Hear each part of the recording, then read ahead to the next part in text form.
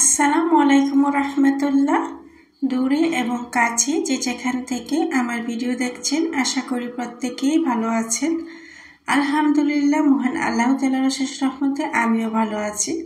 প্রতিদিনের মতো আমি রান্নারানী আফরোজা নতুন আরও একটি রান্নার রেসিপি নিয়ে হাজির হলাম।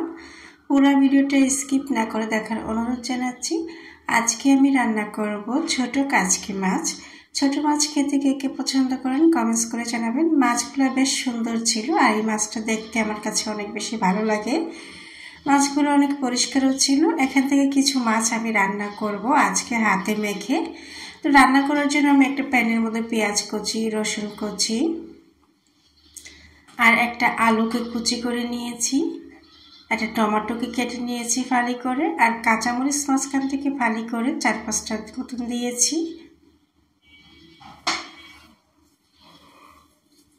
দিয়ে দিচ্ছি স্বাদ মতো লবণ, 1 চা চামচ পরিমাণ হলুদের গুঁড়া, 1 চা চামচ পরিমাণ ধনিয়া গুঁড়া, 1 চা চামচ পরিমাণ মরিচের গুঁড়া,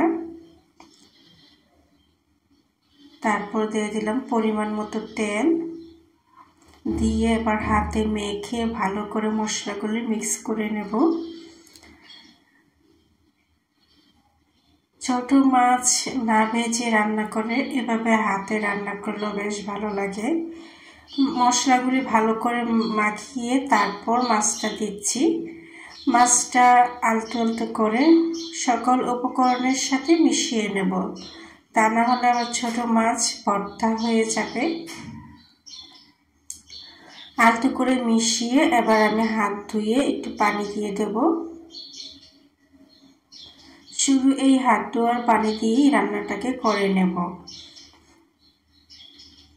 এখন চুলার মধ্যে প্যানটাকে বসিয়ে দেব।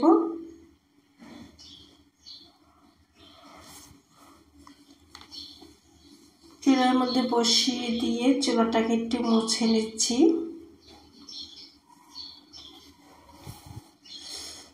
এর আগে চুলার মধ্যে রান্না হয়েছিল, তো চুলা একটু ময়লা হয়েছিল।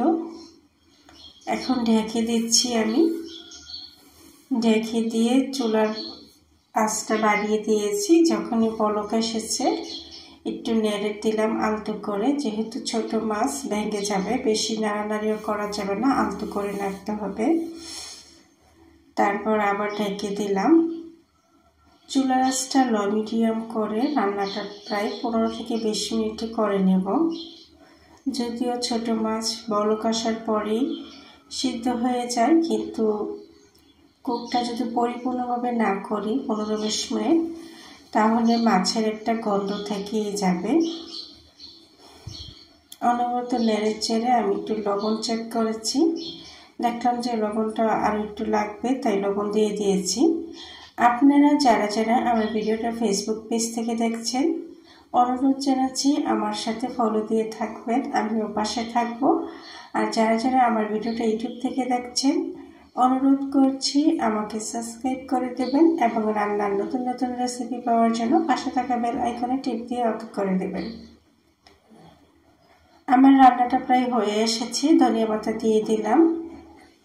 এই ছোট মাছ ধনিয়া পাতা কাঁচামরিচ দিয়ে রান্নায় অনেক বেশি টেস্টি হয়। ধনিয়া পাতা দিয়ে আলতো আলতো করে নেড়ে মিশিয়ে নিলাম এবং আরও কিছুক্ষণ কুক করে নিলাম। চুলাটা অফ করে দিলাম। রান্না কমপ্লিট। এই পর্যায়ে আমি পরিবেশন করে নিচ্ছি খাওয়ার জন্য। ছোট মাছ কারা কিভাবে রান্না করেন কমেন্টস করে জানাবেন। আর আমার রান্নাটা কেমন হলো অবশ্যই বন্ধুরা আপনারা কমেন্টস করে জানাবেন। খেতে বেশ ভালো হয়েছিল। তো যাই হোক, আজকের মতো আল্লাহ হাফেজ। আবারও দেখা হবে কোনো